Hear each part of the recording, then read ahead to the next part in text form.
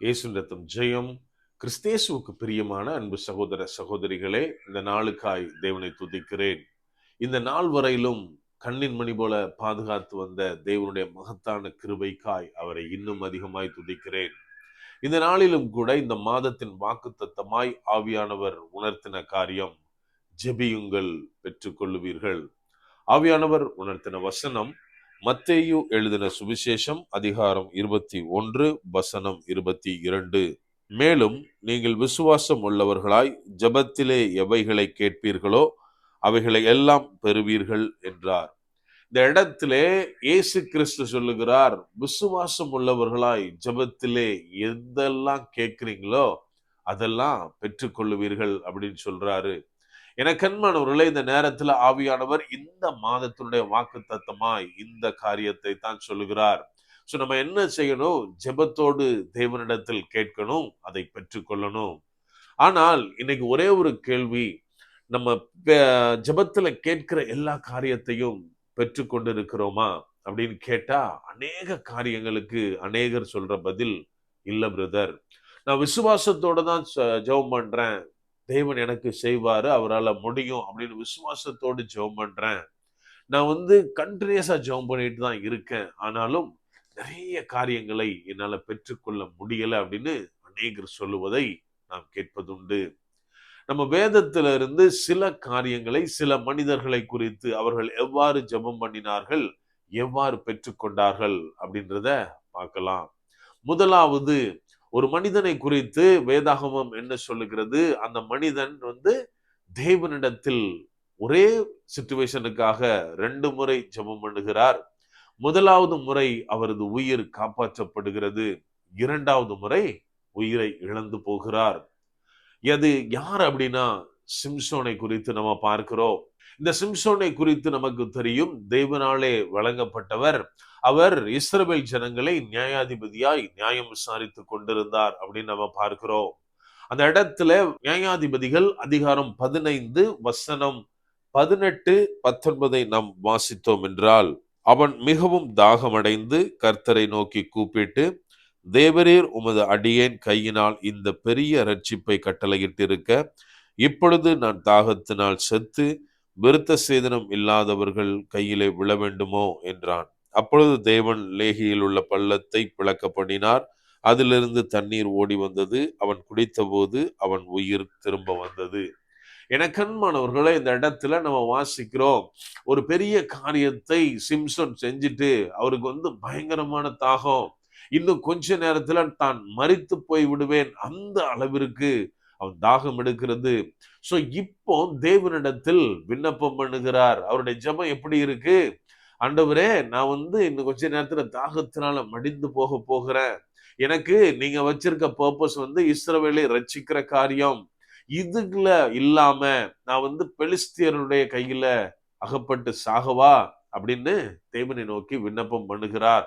தேவன் அந்த இடத்துல அவரது விண்ணப்பத்தை கேட்டு தண்ணீர் வர செய்கிறார். அதை குடித்து அதற்கு பிற்பாடு அவன் கடந்து போனதை நம்ம பார்க்கிறோம். நம்ம கொஞ்சம் யோசிக்கணும், இந்த சிம்சோனுடைய ஜெபம் ஏன் இம்மீடியட்டா கேட்கப்பட்டது? ஏதோ அவர் தண்ணி குடிச்சு அவர் பலத்தோட மறுபடியும் எழும்பணும் அப்படின்றதுக்காகவா? நம்ம எல்லாம் யோசித்து பார்த்தோம் அப்படின்னா, அந்த இடத்துல சிம்சோன் அழகாக தேவனை நோக்கி ஒரு காரியம் சொல்றாரு. அவர் தன்னை குறித்து சொல்லல, தனக்கு எதுக்கு தண்ணி வேணும்னு சொல்லல, மாறாக தேவனுடைய அந்த பர்பஸை, தேவனுடைய சித்தத்தை அந்த இடத்துல பேசுகிறார். அவர் சொல்றாரு, என்னைய நீங்க எதுக்காக வச்சிருக்கீங்க? இஸ்ரவேலரை ரட்சிப்பு உள்ளாய் நடத்த. அப்படியானால் உங்க காரியத்திற்காக நான் இருக்காண்டவரே, எனக்கு தண்ணி வேணும் அப்படின்னு கேட்கிறாரு. எனக்கு அன்பானவர்களே, தேவ சித்தத்தோடு நாம் ஜெபம் பண்ணும் போதுதான் அது நமக்கு உடனடியா கிடைக்கும். இத என்னுடைய வாழ்க்கையில நான் கிளியரா பார்த்திருக்கேன். அதாவது ஆண்டவர் ஊழியத்துக்கு கூப்பிட்டுட்டாரு. நானும் ஓகே, நான் ஒரு பக்கம் பிசினஸ் பண்ணிட்டு இன்னொரு பக்கம் ஊழியம் பண்ணுவேன்னு ஒப்பு கொடுத்தேன். அதே மாதிரி பிசினஸ் பண்ணேன். ஒரு 5 வருஷம் நான் பிசினஸ் பண்ணேன். அந்த 5 வருஷமும் தேவனை நோக்கி ஜெபம் பண்ண போச்சுலாம் மனசுக்கு அமைதலா இருக்கும். ஒரு காரியம், ஒரு ப்ராஜெக்ட் ஒன்று ஸ்டார்ட் பண்றோம் அப்படின்னா, அதுக்கு பிரேயர் பண்ண போச்சுல ஆண்டவர் பீஸ்ஃபுல்லா இருந்த மாதிரி எனக்கு தோணும். நம்மளுக்கு தான் அமைதியாக இருந்தாலே அது அக்செப்ட் ஆகுது அப்படின்னு தானே அர்த்தம். அதனால என்ன பண்ணுவேன்னா, ஓகே இது தேவனுக்கு உகந்த காரியம் தான். தேவன் ஓகே சொல்றாருன்னு சொல்லிட்டு தொடர்ந்து நான் அந்த பிசினஸ பண்ணிட்டு இருந்தேன். ஒரு பக்கம் தொடர்ந்து லாஸு. எல்லாம் லாஸ் ஆகி வேற வழியே இல்லன்னு நின்னு பிந்தி தான் தேவன்ட்ட இருந்து சத்தம் வருது. "நீ முழு நேர ஊழியத்திற்கு அழைக்கப்பட்டிருக்கிறாய்" அப்படின்னு. அப்படியானால் நான் ஜெபம் பண்ணது உண்மைதான். தேவனிடத்தில் கேட்டது உண்மைதான். எல்லா காரியங்களும் உண்மைதான். ஆனால் தேவனுக்கு எது சித்தமோ அந்த காரியங்கள் இல்லாமல் மற்ற காரியங்களை நாம் கேட்கும்போது அந்த ஜெபங்கள் கேட்கப்படாமல் போகிறது. இதே சிம்சோன் அடுத்தது என்ன பண்றாரு அப்படின்னா, நம்ம அதிகாரம் 16 30வது வசனத்துல வாசிக்கிறோம். என் ஜீவன் பெலிஸ்தரோட கூட மடிய கடவது என்று சொல்லி பலமாய் சாய்க்க அந்த வீடு அதில் இருந்த பிரபுக்கள் மேலும் எல்லா ஜனங்கள் மேலும் விழுந்தது.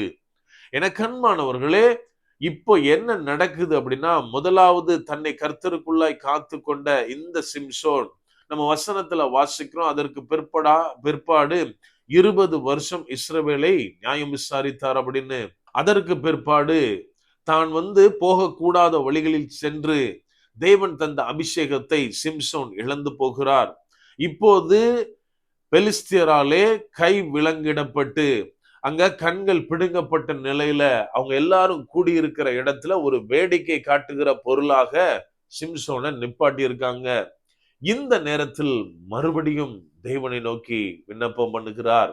அங்க அழகாக நம்ம வாசிக்கிறோம். என்ன கேட்கிறாரு? ஆண்டவரே, எனக்கு ஒரு விசை பலன் தாங்க. எதுக்கு அப்படின்னா, இந்த இடத்தை சாய்த்து போட்டு இவங்களோடு கூட நானும் இறக்குறதற்கு. எனக்கு அன்பானவர்களே, கொஞ்சம் யோசித்து பாருங்க. ஒரே மனிதன் தான், ஒரே சூழ்நிலை தான், உயிர் போற சூழ்நிலை. ஆனால் ஜெபங்கள் வேறு வேறு. ரெண்டும் கேட்கப்பட்டது. முதலாவது ஜெபம் அவருடைய உயிரை காத்தது. இரண்டாவது ஜெபம் உயிரை அழித்து போட்டது. இது எதனால இவ்வளவு வேரியேஷன் அப்படின்னு நினைச்சோம் அப்படின்னா, முதலாவது சிம்சோன் ஜெபம் பண்ணும்போது அவரிடத்தில் தெய்வ சித்தம் மாத்திரமே காணப்பட்டது.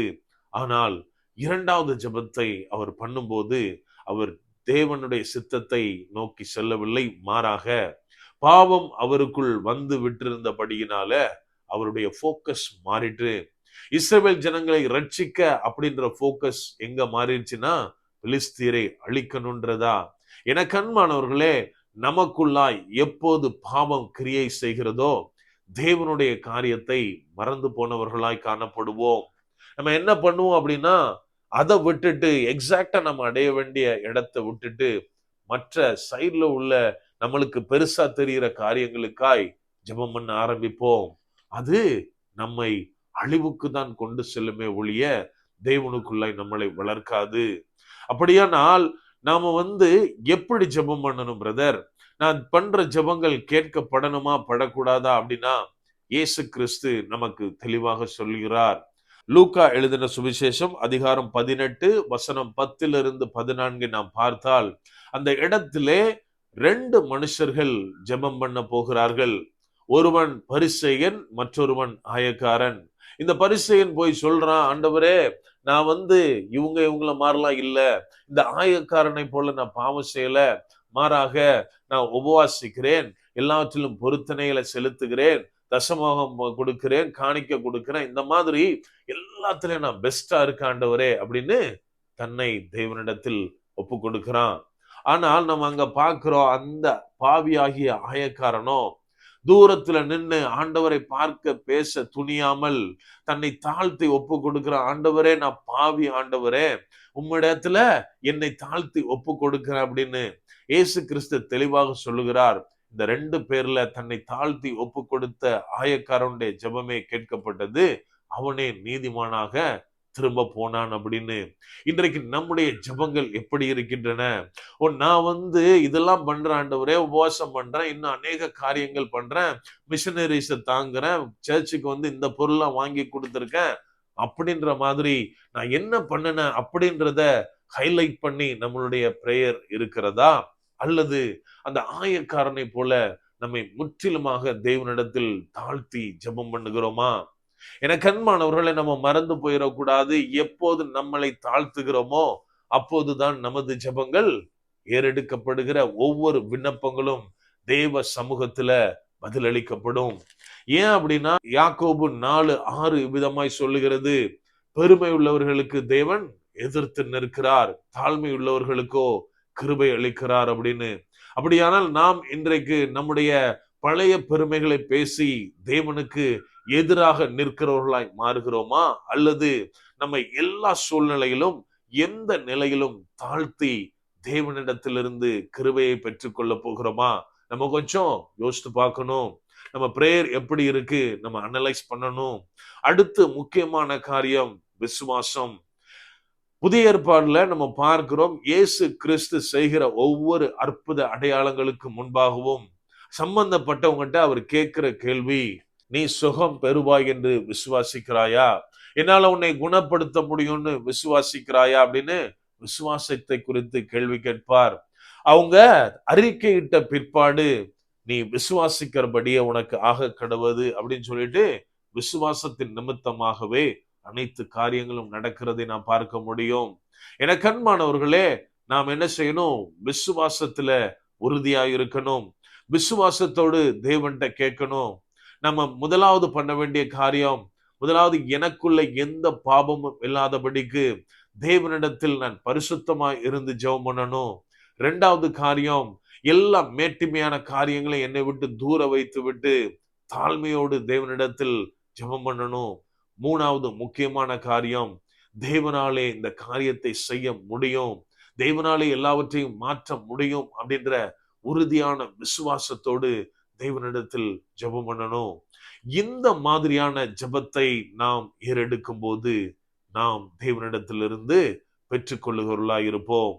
அப்படியே கண்களை மூடுவோமா? அன்பான ஆண்டவரே, இந்த நேரத்திலே அப்பா உம்மை நோக்கி பார்க்கிறோம்.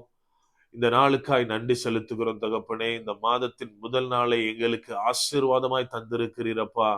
இந்த நாள் வரையிலும் எங்களை நீர் கண்ணின் மணி போல பாதுகாத்து வருகிறீரே, அந்த மேலான கிருபைக்காய் நன்றி தகப்பனே. இந்த நேரத்திலும் இந்த மாதத்தினுடைய வாக்கு தத்தத்திற்காய் நன்றி தகப்பனே. அப்பா, நீர் எங்களுக்கு சொல்லி இருக்கிறீர் தகப்பனே, ஜெபத்திலே எதையெல்லாம் கேட்பீங்களோ விசுவாசத்தோடு கேட்கிற ஒவ்வொரு காரியத்தையும் நீங்கள் பெற்றுக்கொள்ளுவீர்கள்னு இந்த மகிமை பொருந்திய வார்த்தைகளுக்காய் நன்றி அப்பா. அப்பா, நாங்கள் ஒவ்வொருத்தரும் விசுவாசத்திலே கட்டப்பட, உமக்குள்ளாய் நாட்டப்பட ஆவியானவரே நீங்க எங்களுக்கு உதவி செய்யுங்கப்பா. அப்பா, எந்த விதத்திலும் சிம்சோனை போல எங்களுக்கு நீர் தந்த அபிஷேகத்தை இழந்து போய்விடக் கூடாது. பாவம் எங்களுக்குள்ளாய் கிரியை செய்து விடாதபடிக்கு ஆவியானவரே நீர் எங்களை பாதுகாத்துக் கொள்ளுங்க. அப்பா, எங்களுக்குள்ளாய் எந்த மேட்டிமையான காரியங்கள் வேண்டாம் தகப்பனே. எங்கள் ஒவ்வொருவரையும் உங்க சமூகத்துல தாழ்த்துகிறோம் அப்பா. அப்பா, தாழ்மை உள்ளவனுக்கு கிருபை தருகிற தேவனிடத்திலிருந்து எல்லாவற்றையும் பெற்றுக்கொள்ள ஆவியானவரே நீர் எங்களுக்கு உதவி செய்ங்க. அப்பா, இந்த மாதத்துக்காய் நன்றி செலுத்துகிறோம். மாதத்தினுடைய தேவைகள் அநேகம் உண்டு. ஆவியானவரே நீர் ஒவ்வொன்றையும் பொறுப்படுத்திக் கொள்ளுகிறீர். நன்றி செலுத்துகிறோம் அப்பா. அப்பா, இதை கேட்டுக்கொண்டு இருக்கிற ஒவ்வொருவர் மேலும் ஒரு கிருபை இருக்கட்டும் தகப்பனே. அப்பா, அநேகருக்கு தாங்கள் என்னது கேட்கிறோம், எப்படி ஜெபம் பண்றதுன்னே தெரியாம இருக்கிற சூழ்நிலை ஆவியானவரே நீர் உணர்த்துவீராக.